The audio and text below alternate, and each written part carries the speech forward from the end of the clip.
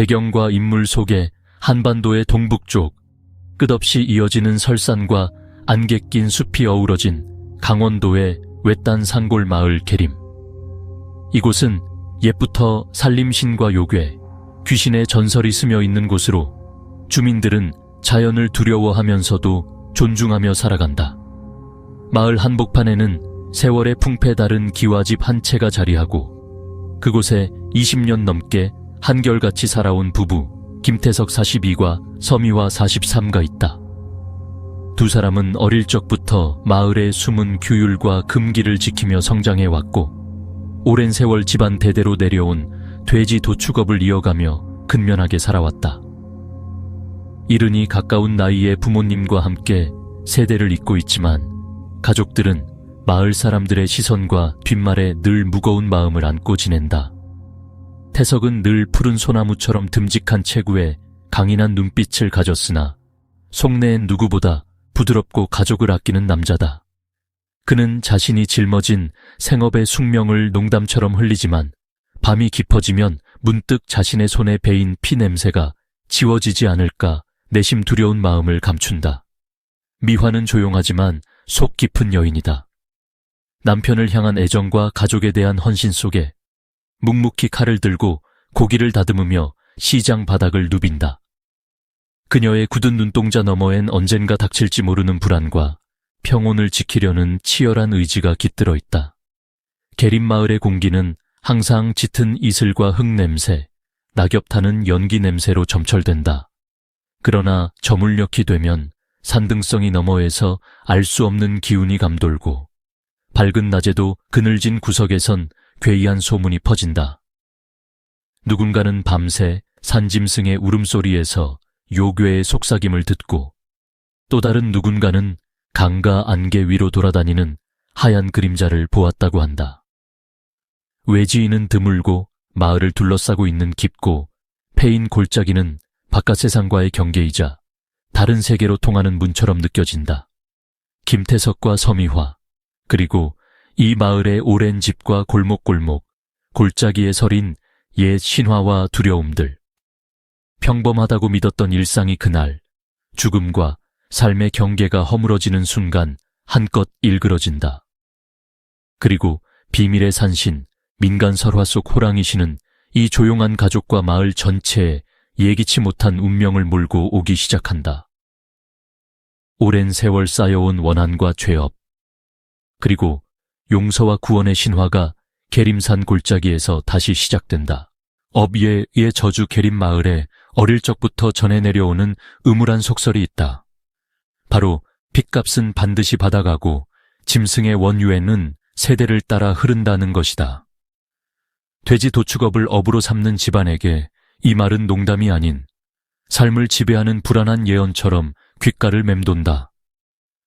마을 어귀의 오래된 느티나무 아래 할머니들은 모여 앉아 예시하기처럼 나직하게 속삭인다. 피를 너무 오래 다루면 죽은 자의 한이 그 몸을 지배한다더라. 칼과 피, 그리고 냉기로 물든 손끝에선 언젠가 반드시 업보가 깃들어 나오게 돼 있지. 김태석네 집안도 예외는 아니었다. 그의 할아버지는 젊은 시절 천둥 번개가 치던 밤 도축장 안에서 알 수 없는 환영과 싸우다 미쳐버렸다는 이야기가 전해진다. 핏방울이 많은 집에는 귀신이 곧 이사온다는 마을 따돌림의 이유가 된 악명 높은 미신도 이들 가족을 덮었다. 친족들은 밤이면 슬쩍 창밖을 내다보며 어둠 속으로 사라지는 검은 그림자를 경계했다.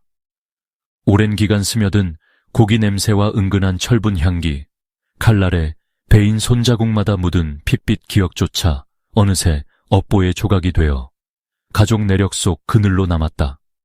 하지만 태석은 달랐다. 때론 운명에 맞서려는 듯 그는 남들처럼 남의 손에 일을 맡기지 않는다. 스스로 끝없이 손을 움직이고 땀과 피, 그리고 고통을 외면하지 않는다. 남에게 맡기면 더 큰 업이 따라온다는 아버지의 엄명과 내가 이 한 몸에 모두 짊어질 테니 가족만은 편안하길 바란다는 태석의 소망이 얽힌 이유였다. 미화 역시 남편과 함께 무거운 일상을 나누며 밤잠을 설치는 날엔 억눌린 두려움을 달래려고 촛불 아래에서 손톱을 물어뜯곤 했다. 해마다 돼지의 비명과 칼빛이 질주하는 겨울이 오면 마을 사람들은 더더욱 이 집안을 색안경으로 바라본다. 업이라는 건 남몰래 쌓이지만 언젠가는 폭발해 무서운 화후가 되어 돌아오는 법이라며 지나치는 사내들은 태석의 등 뒤로 팔짱을 끼고 경계의 눈빛을 보낸다. 대대손손 내려온 도축장에 붉은 얼룩과 바닥에 고인 물, 깊은 밤이면 들려오는 짐승의 울부짖음이 어귀의 저주를 더욱 현실감 있게 체감하게 한다. 태석과 미화, 두 사람은 이 무거운 저주를 짊어진 채 하루하루를 견디며 살아간다. 그러나 어느 누구도 알지 못했다. 이 오래된 예언, 업의 그림자가 언젠가 가족의 삶을 송두리째 뒤흔들 거대한 광풍으로 변모할 줄은. 운명의 사고, 그날은 늦가을의 칼바람이 마을 골목을 쓸며 지나가던 쓸쓸한 아침이었다. 김태석은 늘 그래왔던 것처럼 이른 새벽부터 일어나 돼지고기를 손질한 뒤 낡은 트럭에 싣고 읍내로 향하고 있었다.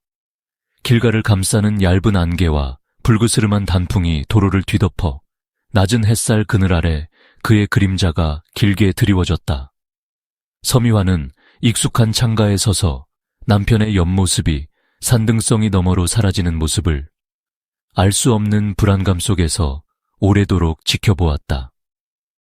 평소와 다름없는 분주한 오전. 하지만 어쩐지 그날의 공기는 유난히 먹먹하고 무거웠다.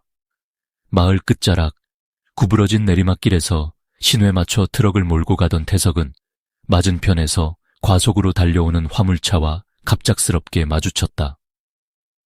삽시간에 깜박이는 헤드라이트, 땅을 긁는 쇠바퀴 소리, 그리고 쩌렁이는 경적이 한데 엉켜 피할 틈도 없이 두 차량의 측면이 스치듯 들이받혔다. 순간의 충격이 전신으로 퍼졌고 트럭이 크게 휘청거리며 노견에 박혔다. 곧장 몰려든 행인들은 사고가 생각보다 경미해 보인다고 수군거렸다. 트럭의 앞범퍼는 부분적으로 파손되었고 외견상 태석의 팔과 다리에는 심각한 외상이 보이지 않았다. 그의 생명 징후도 처음엔 크게 이상이 없어 보였으나 그의 얼굴은 점점 창백해졌고 입가에는 미세한 떨림이 번졌다. 이윽고 태석은 조용히 고개를 떨구었고 이내 들고 있던 장갑이 툭하고 바닥에 떨어졌다. 구급차가 도착했을 땐 이미 숨이 끊어져 있었다. 피도 눈물도 거의 흘러나오지 않은 채 모든 장기가 차갑게 식어가고 있었다. 사고 현장은 기묘할 만큼 조용했다. 이웃들은 웅성거리며 피해가 적은 것 치고 너무 섬뜩하다. 이게 정말 단순한 교통사고일 뿐일까라는 의심에 사로잡혔다. 도로 위에는 바람에 날린 낙엽들만 덩그러니 흩날리고 있었고 바퀴 자국 옆에는 태석의 손에서 떨어진 붉은색 손수건이 바람에 휘날렸다. 마지막까지 지웠던 지난 수십 년간의 업예과 그날따라 아무 이유 없이 불길했던 아침의 기운이 머릿속을 뒤흔들었다. 트럭 안에는 아직 새벽의 온기와 검붉게 얼룩진 칼이 남아 있었고 그 모든 것이 이제는 갑작스레 삶과 죽음의 경계 너머로 사라져버린 상황의 증거로 남았다. 들려오던 짐승의 울음소리와 태석의 마지막 숨소리가 가늘게 섞인 그 길 위에서 마을 사람들은 저마다 자신이 본 것을 마음속 깊이 새기며 산 너머 오래된 저주의 속삭임이 실현되는 순간을 목격했다는 사실을 부정할 수 없었다.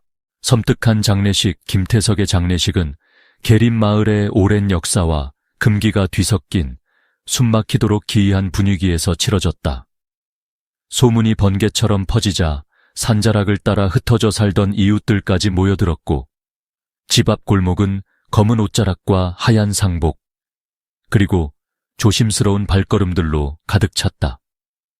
조용히 정막을 깨며 울려 퍼지는 곡소리가 겨울 산새의 울음과 뒤엉키고 집안 가득 무거운 향 냄새와 촛불 연기가 맴돌았다.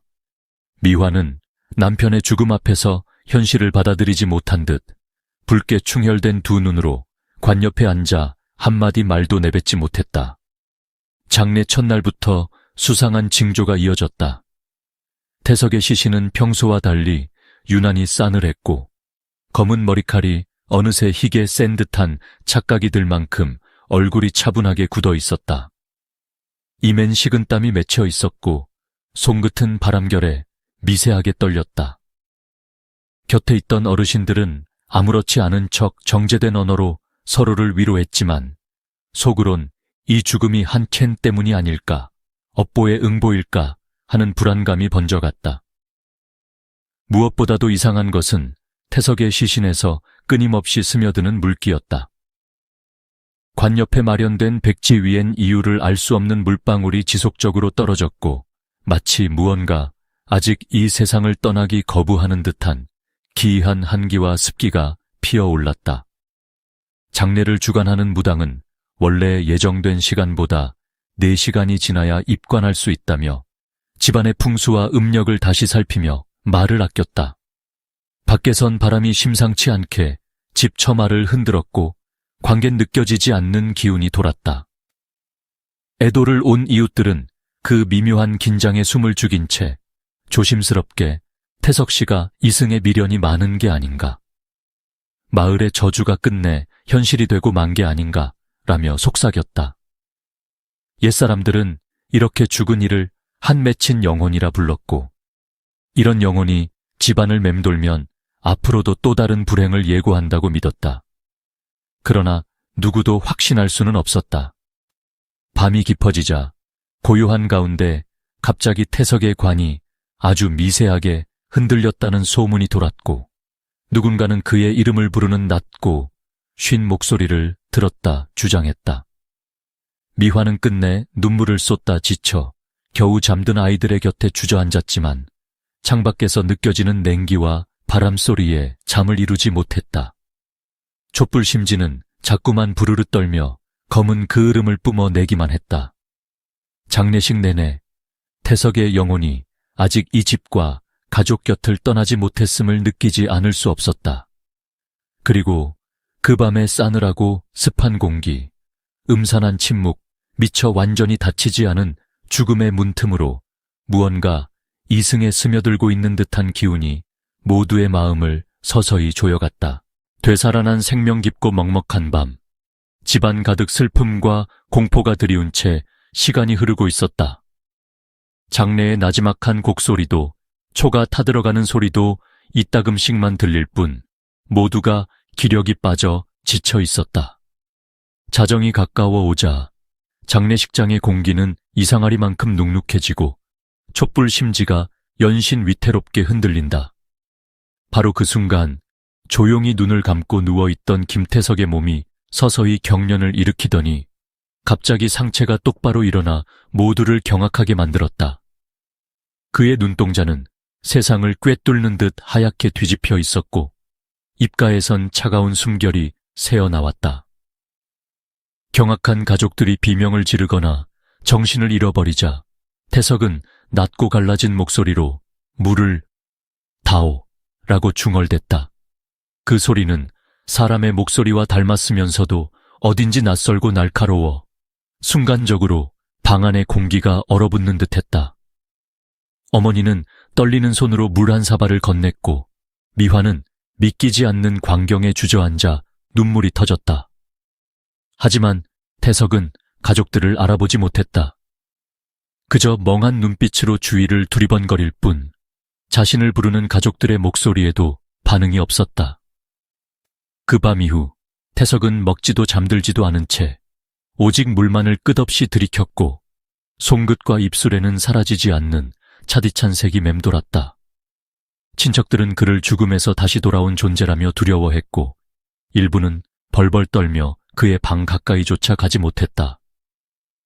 이웃들 사이에서는 오래된 전설과 저주, 그리고 죽었던 자가 살아난 집안에 대한 불길한 소문이 빠르게 번져나갔다. 서미화는 남편의 곁을 지키며 끝없이 그를 불렀지만 태석은 그 어떤 온기에도 반응하지 않았다. 그가 되살아난 이 밤, 무언가 알 수 없는 이질적 존재가 집안에 깃든 듯한 도저히 꺾이지 않는 섬뜩한 기운이 가족들의 가슴을 서서히 조여오기 시작했다. 장례식장의 공기는 한층 더 묵직하고 차가웠다. 깊은 밤이 되자 마당에서는 이유 모를 바람 소르륵 소리가 창문 틈을 타고 스며들며 초롱불 불빛도 아지랑기처럼 흔들렸다. 갑자기 어디선가 낮은 울림의 북소리 같은 진동이 집안을 휘감았고 촛불의 불길이 파랗게 변해 잠시 모두를 얼어붙게 만들었다. 순간 미화는 벽에 희끄무레한 그림자가 움직이는 것을 목격했고 아이들은 알 수 없는 한기에 몸을 떨면서 숨죽였다. 그때 종종 똑같은 꿈에서 깨어난 마을 노인은 타는 듯이 식은땀을 흘리며 죽은 자가 돌아오려 한다는 말을 반복했다. 천장에서 물방울이 떨어지는 듯한 소리가 이어지더니 상여 곁에 갑작스럽게 이상한 빗줄기가 번쩍였다. 고인의 몸 주변을 어지럽히는 희미한 안개가 서서히 하얗고 푸르게 바뀌었고 동시에 어디선가 멀리서 들리는 듯한 요란한 동물의 울음소리가 점점 가까워졌다. 주위 사람들은 숨을 죽이고 누군가는 두 손을 모아 기도하며 또 누군가는 떨리는 목소리로 자신의 이름을 중얼거렸다. 초상이 한창인 방 안에는 순간적으로 온도가 급격히 떨어졌고 한기가 방 전체를 감쌌다. 그때 마치 무형 무의식외 무언가가 문틈을 퍼석 세우며 드는 듯 태석의 몸이 외부 힘에 끌리듯 갑작스럽게 경련했다. 이 모든 이상 징조가 펼쳐진 뒤 태석의 눈이 번쩍 열리며 차가운 흰빛이 한순간 방 안을 스쳐 지나간다. 동시에 방구석 어딘가에선 3번 기이하게 울리는 짐승의 울음이 누구도 부인할 수 없는 섬뜩한 현실이 되었다. 이상한 행동 태석이 기적적으로 깨어난 이후 그가 보이는 행동은 누구에게도 익숙하지 않은 이질감으로 가득 차 있었다. 그는 자신을 부르던 가족들의 이름조차 기억하지 못했고 멍한 눈으로 그저 눈앞에 서 있는 이들을 너 혹은 나라고 가리키며 마치 완전히 낯선 영혼이 몸에 들어온 듯한 태도를 보였다. 그의 음성은 예전의 따뜻하고 유쾌한 말투 대신 낮고 메마른 음색으로 바뀌었으며 때로는 가볍게 으르렁거리는 소리까지 섞여 주변 공기를 서늘하게 만들었다. 가장 두드러진 변화는 태석이 끝없이 물을 찾는 습관이었다. 그는 끊임없이 누군가가 건네는 물을 받아 허겁지겁 들이켰고 며칠이 지나도 뚜렷한 배고픔이나 졸림을 호소하지 않았다. 음식에는 손을 대지 않았고 특별히 살이 빠지는 흔적도 보이지 않았다. 가족들이 밥을 권하거나 옛날 음식을 보여줘도 그는 그저 고개를 저으면서 아무런 감정 없이 거절했다. 더욱 기이한 점은 마치 몸이 전혀 피곤하지 않은 사람처럼 밤낮 가리지 않고 잠을 자지 않는다는 것이었다. 모두가 깊이 잠든 한밤중 창가에 앉아 어둠을 뚫어져라 바라보거나 침묵 속에서 천천히 손동작을 반복했다. 때로는 알 수 없는 옛말이나 한문투에 희미한 독백을 중얼거리며 눈빛에는 인간으로선 감히 담아낼 수 없는 깊고 서늘한 우주가 스친 듯한 섬뜩함이 배어났다. 마을 사람들은 태석의 변화에 불안해하며 그를 멀리하기 시작했다. 조금씩 번진 소문과 의심 어린 시선 속에서 가족들은 공포와 혼란에 휩싸였고 미화조차 남편을 바라보며 점차 두려움과 애틋함 사이를 방황하게 됐다. 그렇게 집안에는 한동안 침묵과 차가운 긴장감만이 감돌았다. 아내와의 소외 서미화는 남편이 죽음에서 돌아온 이후 그 변화가 가져온 절망과 혼란 속에서 하루하루를 견뎌야 했다. 처음에는 태석의 살아남음에 경의와 안도 그리고 감사의 마음이 가득했으나 곧바로 알 수 없는 차가움이 두 사람 사이를 점령해 갔다. 태석은 처음부터 미화를 피했으며 그녀가 다가와 손을 잡으려 하면 가볍게 몸을 뒤로 물러섰고 말을 걸면 대답 대신 허공을 바라보았다. 그 차가운 무표정과 매번 식은 숨결에서 미화는 자신이 점점 남편에게서 멀어지고 있음을 온몸으로 느껴야 했다. 가장 잔인했던 건 태석이 다른 가족이나 친척이 건네는 물엔 아무렇지 않게 입을 대지만 미화가 담아주는 컵만은 오래도록 거부하는 모습이었다. 때로는 눈도 마주치지 않았다. 미화는 이유를 찾기 위해 기억을 더듬었다. 혹시 자신의 잘못이나 죽음 전의 마지막 언쟁 때문일까 자책했으나 남편의 얼굴엔 인간적 미움도 애정도 고마움도 남아있지 않았다. 그저 깊은 안개와 알아볼 수 없는 무표정만이 상좌 맞은편에서 자신을 내려다볼 뿐이었다. 밤마다 미화는 남편이 앉아있는 구석을 애써 외면하려 했다. 식탁에 놓인 식기는 밤이 깊자마자 외롭게 식어가고 푸른 달빛이 안방으로 스며든 순간 두 사람의 그림자는 더 이상 겹치지 않았다. 얼마 전까지 함께 누워 도란도란 나누던 이야기, 낮은 웃음소리, 부스럭대던 이불의 감촉이 모두 꿈처럼 멀어졌다. 미화는 조심스럽게 다가가 입가에 말을 올려보아도 태석은 어느새 다른 공간 속 존재인 듯 침묵으로 일관했다. 아이가 자고 난 뒤 혼자가 된 새벽이면 미화는 차가운 방 안에 앉아 자신이 살아있음을 확인하기 위해 숨을 크게 내쉬곤 했다. 남편의 이름을 착잡하게 몇 번이고 조용히 불러보지만 대답이 없는 밤은 점점 길어졌다. 그녀는 더 이상 태석의 아내가 아닌 것처럼 그 누구에게도 기댈 수 없는 얼음벽에 갇힌 존재가 되어갔다. 그 변화는 미화의 의지나 사랑으로 막을 수 없는 운명과 신의 잔인한 장난처럼 무력하게 다가왔다. 눈앞에 남편은 살아있으되 더는 그녀의 곁에 머무르지 않았다.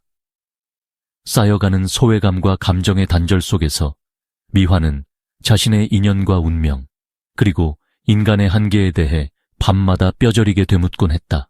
49일 만에 비밀이 밝혀지다 49일이 되는 밤, 김태석의 집 안에는 이전과는 비교할 수 없는 긴장과 두려움의 공기가 내려앉았다. 가족들은 여전히 익숙해질 수 없는 그의 침묵과 이질적인 행동에 매일 마음을 졸였다. 그날따라 집 주변은 원인 모를 안개와 함께 서늘한 기운이 감돌았고 어스름 저녁부터 빗방울이 땅을 때리기 시작하더니 지붕 위로 뭔가를 긁는 듯한 기묘한 소리가 이어졌다. 촛불에 불꽃은 이유도 없이 파르르 떨었고 오래된 집 기둥에는 물방울이 스며나 구석마다 불길한 그림자가 춤을 췄다. 저녁 식사가 끝나자 태석은 평소와 달리 가족 모두를 거실로 불러 모았다. 그의 표정은 차갑고 결연했으며 눈동자는 인간적인 옹이 대신 서늘한 백색의 광채가 어른거렸다. 자리에 앉은 순간 온 방 안은 설명할 수 없는 정적과 무게감에 눌린 듯 숨조차 내쉬기 힘들 만큼 짙게 가라앉았다. 약간의 가벼운 화음과 묘한 바람결이 벽을 타고 스치더니 지붕 위에서는 어디선가 동물의 날카로운 울음과도 같은 음산한 소리가 울려 퍼졌다. 유일한 빛이던 촛불마저 바람도 없는데 하얀 연기를 일으키며 흔들렸고 그때 태석에 벌어진 입술에서 능숙하고도 낯선 한자어 옛날 어투가 천천히 흘러나오기 시작했다. 이 몸은 더 이상 너희 아비가 아니니 놀라지 말라. 정적을 깨뜨린 이 한마디는 한밤중 마을 어귀를 두드리는 천둥소리처럼 가족 모두의 등을 떨리게 했다. 아내 미화는 그 자리에 얼어붙은 듯 남편의 눈을 바라봤지만 태석의 표정과 목소리, 그리고 가벼운 손짓마저도 이미 인간의 것이 아니었다. 그의 말은 끊임없이 이어졌다. 나는 백운산의 수호령 호신후션이다. 여기 오게 된 것은 사람의 업과 인연, 그리고 아직 남은 노여움 때문이다. 그 순간 유리창 너머로 번개 같은 빗줄기가 스치고 인근 산등성이에서는 마치 짐승이 으르렁대는 소리가 길게 울렸다. 가족들은 혼란과 경악, 두려움이 한꺼번에 덮쳐 울음을 삼키거나 손을 덜덜 떨며 마음을 진정시키려 애썼다. 태석, 아니 호신은 이어서 가족의 죄업과 이 땅을 두른 오래된 저주, 그리고 인간 삶의 윤회에 대해 인간의 언어로는 형용할 수 없는 깊은 음성으로 들려주었다. 무거운 비밀이 해제되는 순간 실내에는 이전보다 훨씬 짙은 기운과 정서가 흘렀고 들리지 않는 속삭임과 이상한 현기증, 번뜩이는 빛이 한동안 모두를 감쌌다. 한 가족의 숙명이자 마을의 신화가 다시 쓰이는 이 밤, 그 순간만은 시간마저 멈춘 듯했다. 이유와 목적의 해명 호신, 즉 백운산의 호령은 깊은 한숨과 함께 태석의 몸을 빌려 조용히 입을 열었다. 그의 서늘한 눈동자 너머로 비치는 세월과 업보의 그림자는 듣는 이들의 등을 오싹하게 만들었다. 너희가 알지 못하는 운명의 실이 이 땅에선 끊임없이 얽히고 설켜왔다. 내가 이 몸에 깃든 것은 우연이 아니다. 태석은 짐승의 삶을 거듭하며 피를 쌓았고 그 죄의 무게는 영혼을 황량한 어둠으로 끌어당겼다. 죽음 넘어 머무는 그 간절한 원혼의 메아리, 그리고 남겨진 이들의 눈물이 나를 여기에 오게 했다. 나는 오랜 세월 이 산을 지킨 신으로서 인간과 자연, 혼령 간의 균형이 어긋나면 반드시 개입할 수밖에 없다. 호신의 목소리는 깊고 낮게 울렸고 가족들은 그 음색 하나하나에 숨을 삼켰다. 태석의 혼은 사고 순간 온전히 세상을 떠나지 못하고 죄업의 사슬에 묶여 이승과 저승의 경계에 떠돌았다. 나는 그 혼을 잠시 내 존재에 안기게 했다. 그 대가로 이 가족과 마을에 쌓인 업보를 스스로 깨닫고 남은 생의 선을 쌓아 업을 씻을 기회를 준다. 선한 삶, 겸허함, 타인의 고통에 귀 기울임, 이것이 진정한 구원의 조건이다. 피와 환생의 윤회는 고리처럼 얽히나 만일 한 번이라도 진심에서 우러난 사죄와 용서, 그리고 나눔을 실천한다면 그 업의 강물도 비로소 흘러 바다로 녹아든다. 제단의 촛불이 일렁이며 실내에 기묘한 기운이 감돌았다. 호시는 계속해서 인간이 저지르는 죄악과 그것을 위해 감내해야 하는 세상의 법칙, 그리고 이 모든 것을 뛰어넘으려는 의지에 대해 이야기했다. 너희는 태생적으로 허물을 끌고 다니는 나약한 존재지만 오히려 그 약함과 한계를 성찰할 때 신과 아무 차이 없는 위대한 빛을 만들 수 있다. 태석의 남은 시간, 내가 이 몸을 빌려 세상에 선을 남기는 이유도 바로 그것이다. 네 몸을 가져야만 이곳에 스며든 한 hen과 원죄, 그리고 남겨진 영혼들의 서름이 비로소 흐려질 터. 이윽고 호령은 마지막 당부처럼 천천히 말했다. 마을 사람들아, 네 삶을 소중히 여기며 다시는 무심코 누군가의 아픔을 외면하지 마라. 살아있는 동안만이 아니라 떠난 이들의 혼까지 품는 것이 바로 인간의 길이다. 내가 떠난 뒤에도 이 일의 의미를 기억한다면 언젠가 너희 곁에 새 아침이 밝을 것이다. 그렇게 천천히 분위기는 가라앉았고 가족들은 각각의 방식으로 자신의 업을 되돌아보며 먼 산등성이를 건너는 호령의 울음소리를 듣는 듯한 심정이 되었다. 각 가족 구성원의 침묵 속 반응은 긴 여운을 남겼다. 미화는 곧 쓰러질 듯 가장 먼저 입을 질끈 다물고 두 손을 어지럽게 꼬았다. 처음엔 믿음을 내려놓지 않으려 애썼지만 서늘한 진실이 뼛속까지 파고들자 온몸에 힘이 빠져나가는 것 같았다. 어깨를 들썩이며 억지로 울음을 삼켰고 건너편 남편에게 다가가지도 완전히 등을 돌릴 수도 없어 한동안 그대로 굳어 있었다. 딸아이는 큰 눈을 동그랗게 뜬 채 조용히 아버지의 얼굴을 바라봤다. 알 수 없는 두려움과 끝없는 걱정이 눈동자에 서렸다. 어린 그는 이해할 수 없는 말들과 변화에 혼란스러우면서도 점차 아버지가 돌아올 수 없다는 예감에 내면이 무너져 내렸다. 꼼짝하지 못한 채 까맣게 굳은 작은 손을 치맛자락에 꼭 쥐고 작게 속삭였다. 아빠, 진짜 맞아요. 태석의 어머니는 침묵으로 모든 슬픔을 감췄다. 단단히 다문 입술 끝에 파르르 떨림이 스쳤고 흰 머리를 쓸어 넘기며 가느다랗게 숨을 내쉬었다. 여든을 바라보는 세월의 무게만큼 담담하려 했으나 그의 등짝은 삶의 무게 속에 더욱 구부러져 갔다. 마음 한켠에선 업보라는 단어가 오래 울려 퍼졌다. 아들은 가장 구석에 앉아 눈길도 주지 않고 방바닥만 응시했다. 사랑, 분노, 두려움, 체념이 뒤엉킨 표정 속에서 그는 어른답게 울지도 감정을 내보이지도 못했다. 마루 위에 운명이 내려앉은 기묘한 마지막 순간, 이 가족 모두는 말없는 무게 속에서 조용히 자신의 업과 유대를 뼈저리게 받아들였다. 약재, 복된 인연에 대한 대답 호신 후신, 이 태석의 몸을 빌린 뒤 계림마을에는 전에 없던 기이한 변화가 일었다. 소문은 산바람을 타고 번졌고 각종 불치병과 알 수 없는 마른 기침, 밤중의 경련, 아이들의 불면증까지 집집마다 고통이 따랐다. 그럴수록 사람들은 점차 용기를 내어 태석에게 다가갔다. 그러나 그는 누구의 돈도 받지 않았고 오직 두부, 간장, 소박한 절반만을 소리 없이 받았다. 그의 눈빛엔 언제나 평온과 깨달음이 깃들었지만 산짐승처럼 묘한 금기와 위엄이 공존했다.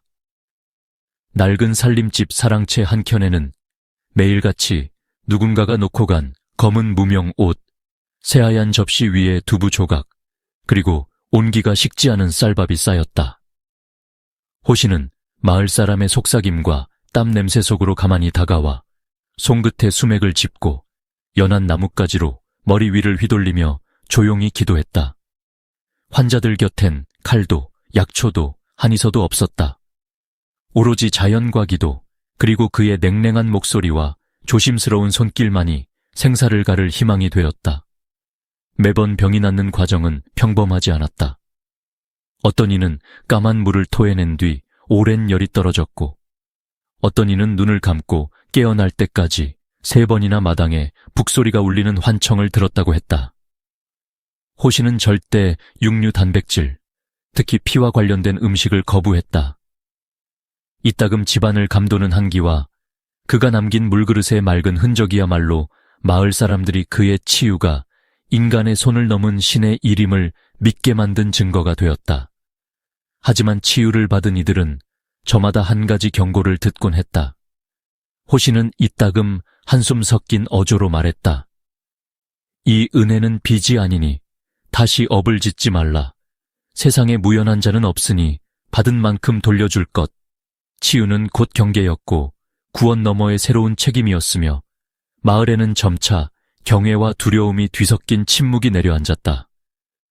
각 마을 주민이 호신 후션의 손길을 통해 치료받았을 때마다 평범하지 않은 현상이 잇따라 나타났다.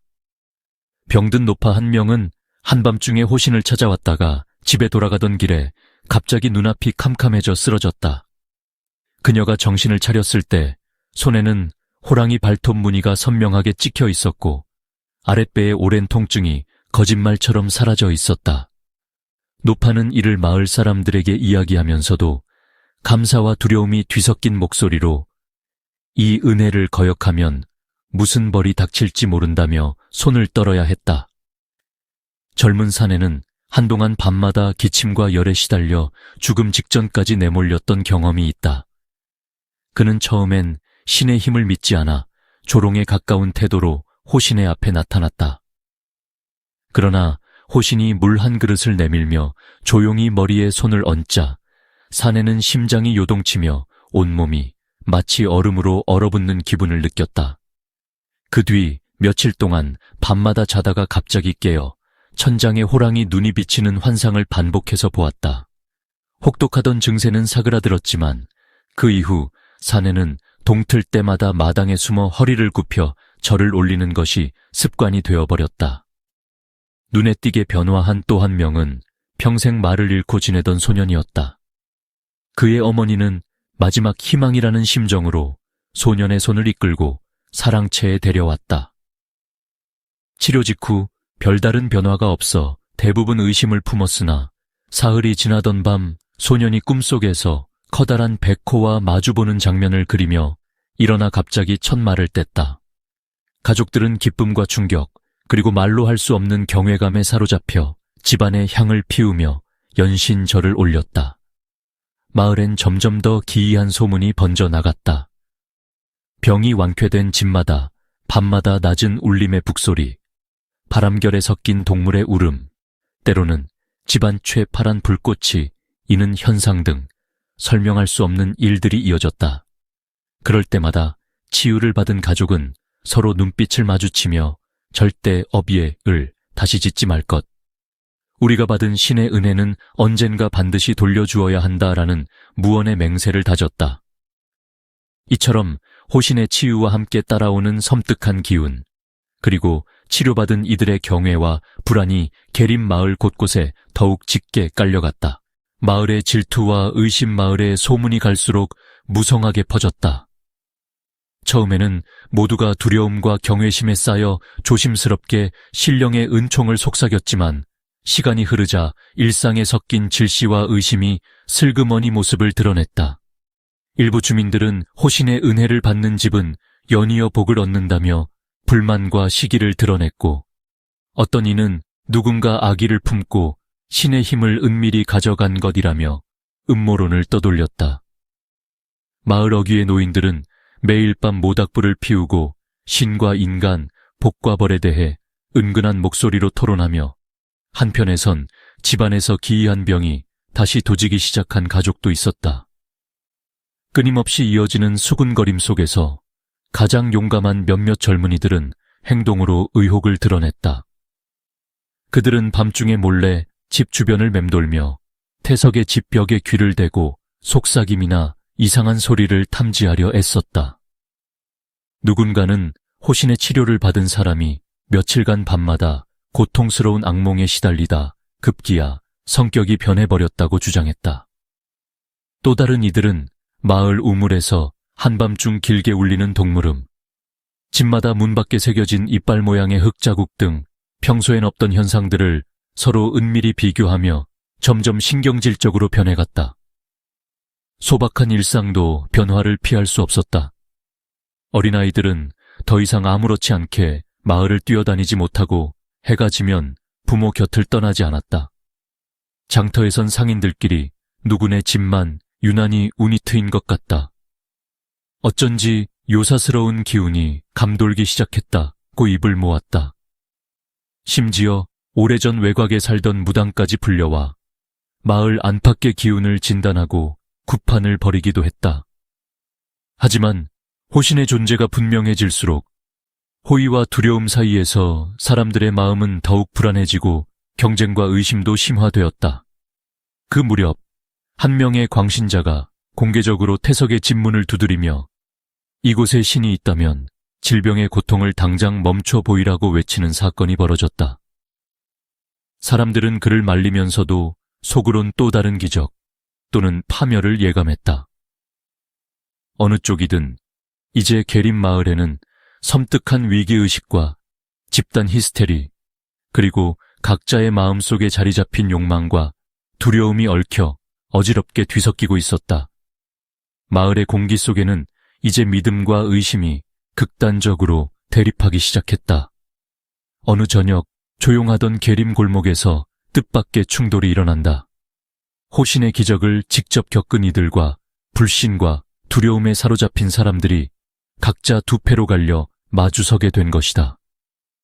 믿는 편에 선 이들은 가족의 건강, 기묘한 치유 체험, 신비로운 꿈을 증거로 들어가며 우리가 직접 경험했으니 의심할 수 있겠나, 신령은 우리 곁에 있다, 고 목소리를 높였다. 반대로 의심이 깊은 이들은 이를 맹신이라 비난하며 신이라고, 도대체 누굴 위한 기적인가? 누군가 마을의 질서를 흔들고 있다. 혹시 악령이나 마술에 홀린 것 아니냐? 고 날선 시선을 보낸다. 이날 밤 마을 회관 앞 공동정원에서 양측은 한치도 물러서지 않았다. 믿는 자들이 호신에게 받은 도장이나 기묘한 상흔을 보여주며 호소하면 반대파는 사람의 마음은 얼마든 속을 수 있다고 맞받아친다. 급기야 한 젊은 사내가 몽둥이를 들고 태석의 집을 지키려는 친척들과 몸싸움을 벌이고 흙먼지와 외마디 소리가 번진다. 막내들이 울음을 터뜨리고 부모들은 아이들을 품에 안고 멀리서 상황을 지켜본다. 결국 어르신 한 분이 마을의 오래된 북을 치며 중재를 시도한다. 북소리가 공기를 가르자 일순간 모두가 침묵에 빠진다. 서로 증오와 의심만 쌓으면 마을은 산보다 먼저 무너진다. 신령이 있다면 언젠가 진실이 드러날 것 아니냐는 목소리가 울려 퍼진다. 하지만 그날 밤 이후 마을 구석구석엔 더욱 예민한 신경전과 두 집단 사이에 보이지 않는 경계선이 뚜렷해졌고 누구도 진실의 무게 앞에서 완전히 마음을 내려놓지 못했다. 은근험, 신령의 위험이 드러나다 그날 밤 마을의 공기는 실로 날카로웠다. 호신의 기적과 신비로운 힘을 직접 경험한 이들과 의심 혹은 질투에 휩싸인 사람들이 보이지 않는 경계선을 사이에 두고 신경전을 벌였다. 그 즈음 마을 한가운데에서 실제로 예기치 못한 사건이 발생했다. 신령의 존재에 공개적으로 도전하며 욕설을 퍼붓던 남자가 세 번째 달이 뜬 밤 심한 몸살 열에 시달려 들끓는 환상 속에서 짐승의 그림자를 보았다. 이튿날 새벽, 그는 갑작스런 교통사고로 목숨을 잃었고 그 소문은 일파만파로 퍼져나갔다. 누구도 그의 죽음을 두고 단순한 우연이라 부르지 못했다. 추리와 두려움 그리고 침묵이 동네 전체를 뒤덮었다. 반면 고통 속에서 하염없이 기도를 올리던 한 노인은 절박한 마음으로 호신을 찾아가 자신의 목숨을 구해달라 애원했다. 호신은 어둡고 차가운 눈빛으로 그를 바라보고는 아주 단순한 처방을 내렸다. 이틀 밤 동안 새벽마다 검은 옷만 입고 촛불만 켜라. 노인은 반신반의하면서도 그대로 따랐고 기적처럼 다음 날 새벽 이후 모든 고통이 사라졌다. 그는 마을의 광장에 무릎 꿇고 살아있음을 감사하며 신의 존재를 몸으로 느끼고 울먹였다. 게다가 어느 해 겨울 마을 서쪽 집 한 채엔 밤마다 청색 불꽃이 떠올라 집안 어귀를 미묘하게 감쌌다.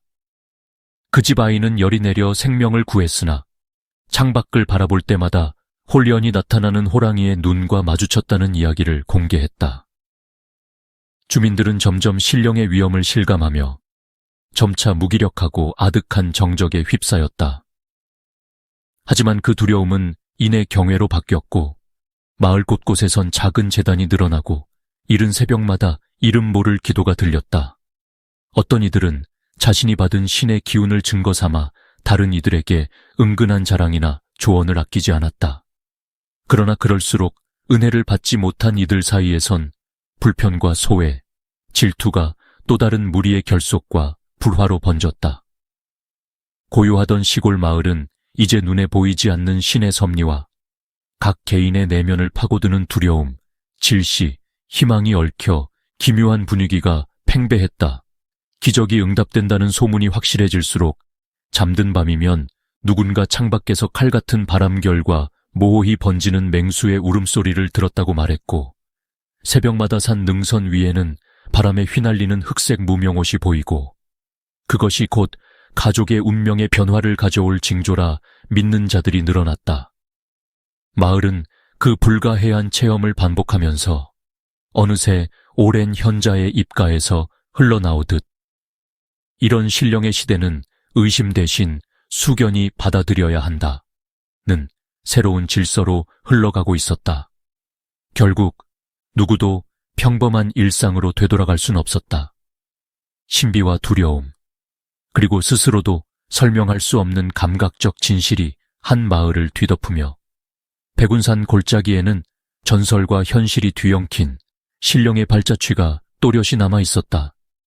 마감일, 마지막 실종 시간은 어느새 5해가 흘렀고 백운산 아래 계림마을에도 계절이 수십 번 바뀌었다. 그러나 신령의 빛이 잠시 머무른 태석의 집안은 쉼없이 긴장의 줄을 타왔다. 그날은 음력으로 딱 신이 예고한 마지막 날이었다. 사방엔 뿌연 먼지와 푸른 연기가 피어올랐고 초겨울 바람이 집 처마를 스치기 시작했다. 태석의 가족들은 평소보다 정갈한 옷을 차려입고 아침부터 한상을 정성껏 차렸다. 이른 저녁, 거실에는 남은 가족들이 다 모여 앉아 마지막 저녁상을 함께 했다. 식탁 위에는 하얀 두부, 말린 나물, 노란 쌀밥 등이 소박하게 올려져 있었으나 식사 내내 모두는 마음의 무게에 눌려 숟가락을 제대로 들지 못했다. 밖에서는 까치의 울음소리가 유난했으며 멀리 산등성이로부터는 낯선 바람소리가 끊임없이 들려왔다. 식사가 끝날 무렵 태석, 아니 신령의 눈동자는 어쩐지 먼 곳을 향한 듯 미묘하게 흔들렸다. 그는 차분하면서도 엄숙한 목소리로 가족들에게 남은 말을 전했다. 이 몸을 빌려 세상에 업을 나눈 것도 오늘로 끝이 난다. 그대들이 걸어온 길에 한이 흩어지길 바란다. 내일부턴 모든 고통과 죄가 이 땅을 떠나온다. 이 말에 가족들은 눈물을 억누르며 고개를 숙였다. 잠시 뜨거운 손길이 맞닿았지만 이별의 공기는 이미 방 가득 차 있었다. 밤이 깊어갈수록 바깥 풍경에는 알 수 없는 기운이 배어났다. 산허리 위에 깃든 짙은 안개와 달빛을 휘감은 수풀에선 희미한 빗줄기가 춤추었고 밭두렁에서는 짐승의 그림자가 퍼지듯 천천히 움직였다. 집안에선 촛불이 꺼질 듯 파르르 떨고 초가집 기둥엔 이름 모를 차가운 물방울이 맺혔다. 어린 딸과 아들은 두려움에 서로 손을 꼭 잡고 미화 역시 가슴 한구석을 죄는 통증에 입술을 깨물었다. 10시가 가까워지자 신령은 마지막으로 가족들을 정면으로 바라보았다.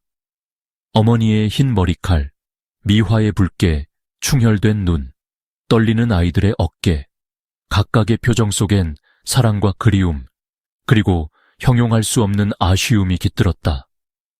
그때 갑자기 하늘에서 낮게 우는 호랑이 울음성이 마을 전체를 울렸다. 모두가 한 목소리로 놀라 몸을 움찔했으나 태석의 얼굴만은 고요하게 정적을 받아들였다. 신령은 마지막 유언처럼 나지막이 읊조렸다. 나는 너희와 이 땅의 인연을 여기서 매듭짓는다. 남은 삶 절대 업을 다시 짓지 말고 구원의 새벽을 기다려라. 그 순간 집안 가득했던 냉기와 먹먹한 기운이 서서히 맑아졌다. 태석의 눈동자엔 마지막 백색 빛이 번쩍였다. 그리고 불현듯 그의 몸이 천천히 무너져 마치 잠이 든 듯 조용히 숨을 멈췄다. 순간 거센 바람이 집안 구석구석을 휘돌았고 마당의 나무가 파도처럼 우르르 흔들렸다. 산 너머에선 다시 한번 묵직한 짐승의 울음이 들렸다. 그 기운이 사라지자 집안은 더없이 고요해졌고 오로지 가족들의 흐느낌만이 남았다. 마침내 신령의 마지막 기한과 한 시대의 끝이 이 마을에 정식으로 닿았다. 여파와 여파 계림 마을의 마지막 밤이 사라진 뒤 산자락 아래엔 오랜 침묵이 깃들었다. 백운산을 도던 호랑이 신의 기운도 한동안은 그 자리에 남아있는 듯했다. 김태석 집안을 둘러싼 슬픔과 환희, 혼란과 숙연함, 그 모든 감정이 시간이 흐르며 조금씩 바래졌지만 신화의 자국은 마을 곳곳에 고스란히 남았다. 마을 어귀 낡은 나무 아래에선 아이들이 더 이상 무심히 숨바꼭질을 하지 않았다.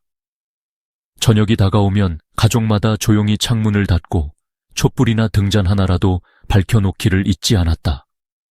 마을 사람들은 신령과 업의 그림자를 멀리하면서도 어느샌가 삶의 매 순간을 돌아보고 조심하게 되었다. 들판을 가로지르는 산들바람, 밤중에 들려오는 짐승 울음, 비 내리는 날 처음에 맺히는 물방울에서조차 더는 단순한 자연음만을 듣지 않았다.